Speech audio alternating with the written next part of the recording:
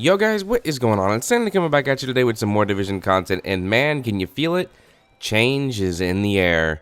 PTS 3 is almost here, and we don't know the exact date just yet. Hopefully they announce it later today on State of the Game, but we should be able to get some more concrete details and a full list of patch notes coming to PTS Phase 3, and yes, we already know some of the bigger things like Seeker being removed, but there's so many other little things that are going to change the way that we play. And let's go ahead and just dive right into it. Let's go.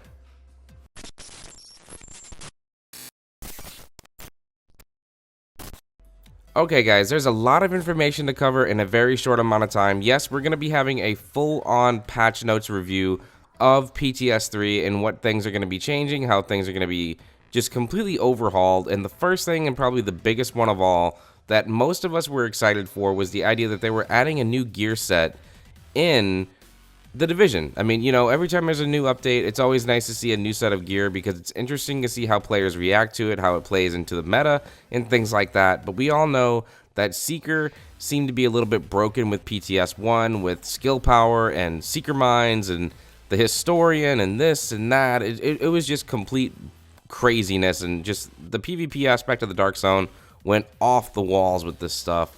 And PTS 2 tried to eliminate that, trying to reduce some things, and then now Seeker Mines became more relevant and just complete destroyers, and now they're completely changing the way the PTS 3 is going to be played because that lovely gear set of Seeker has been completely removed from PTS 3. Does that mean it's being removed from update 1.6?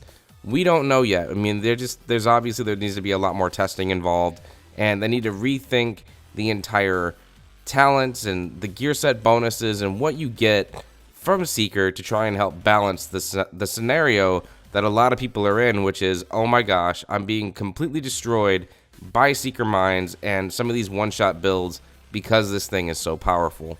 Now, the next thing that they really wanted to go ahead and try and focus on is something that they took away from us. Let's go ahead and talk about the stuff they took away in PTS 2 and how it's coming back in PTS 3 thanks to the feedback from the community. So thank you guys for being vocal, and thank you for participating in this PTS to try and make sure that we don't get completely screwed over in the real game when it launches. First of all, the ability to reload while sprinting. It was taken away from us in PTS 2, and it is officially coming back in PTS 3. It's absolutely amazing. I think it's absolutely needed in PvP engagements, especially when you're trying to go manhunt and you're going from section to section, trying to maybe run from one section of the map to another side of a building in Last Stand or something. You need to be able to reload while you do this. And not being able to do that in Last Stand the past couple of days was a big pain in the butt. It did seem like you were trying to have much longer running engagements because you were trying to reload and then you were trying to run, and they were just canceling each other out. It was a big pain in the butt. It felt like you were in a cycle that would never end. Alright, the next thing that they changed in PTS 1 is how long it takes for your health to regain with medkits and things like that. This time around, they are reducing the amount of time it takes for you to be able to use a medkit, and your health. It's just absolutely amazing that they're trying to go back to the way to make sure that solo players aren't forgotten and that they do have some more survivability tactics, which is going to be really, really awesome. Alright guys, so for all of you out there over in the world of PvE that really love the idea of legendary difficulty, I've got some good news for you.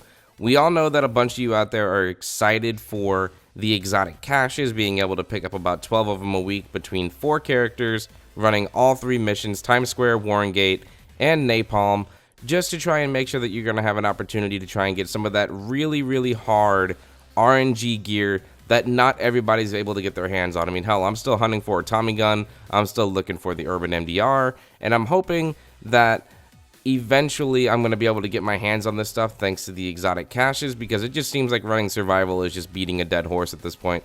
But overall, I really am excited to announce that if you're sick and tired of getting wiped in legendary difficulty, once you get about halfway through or even more towards the end with the boss and you don't have recovery link, you can't save anyone, you get dropped, everybody gets pissed, they throw their controller down, they take a 5-minute break, and they start again. Well, good news for you guys. They are officially adding a checkpoint about midway through the entire mission so that if you die any point after that, you're going to be able to go ahead and try respawn in the middle of the mission, so you're not having to start all the way from the beginning, which is huge news, and it was absolutely necessary for those that are wanting to grind for those exotic items and caches, because it is definitely going to be a huge big pain in the butt if you're going to have to sit there and restart it over every single time. Again, it's one of those controversial topics. Some like the challenge of having to start it over, while others don't want to have to start it completely over. They'd rather just have a checkpoint system. I think it's a happy medium to give you one and not like 3 or 4. Now, last but not least, some other things that are going to be changing in the game, and that would be weapons. 2 specific exotic weapons are getting a little bit of a change, and that would be the Historian and the Caduceus, and each one is being changed a little bit differently. Let's go ahead and run through it real quick. The Caduceus really became a must-pick item based on the health regain that you get from getting kills. This time around, it's going to be more or less scaled towards your skill power, so it's not going to be a must-have item. The next on the list is that Historian, and now it's going to be more centered around your firearm stat. It's going to be more about just damage scaling with your build, and it feels more natural when you use it. Alright guys, that's pretty much it. There's going to be more news on State of the Game. Like if you haven't, sub if you're new, and I'll catch you in the next one, guys. Peace.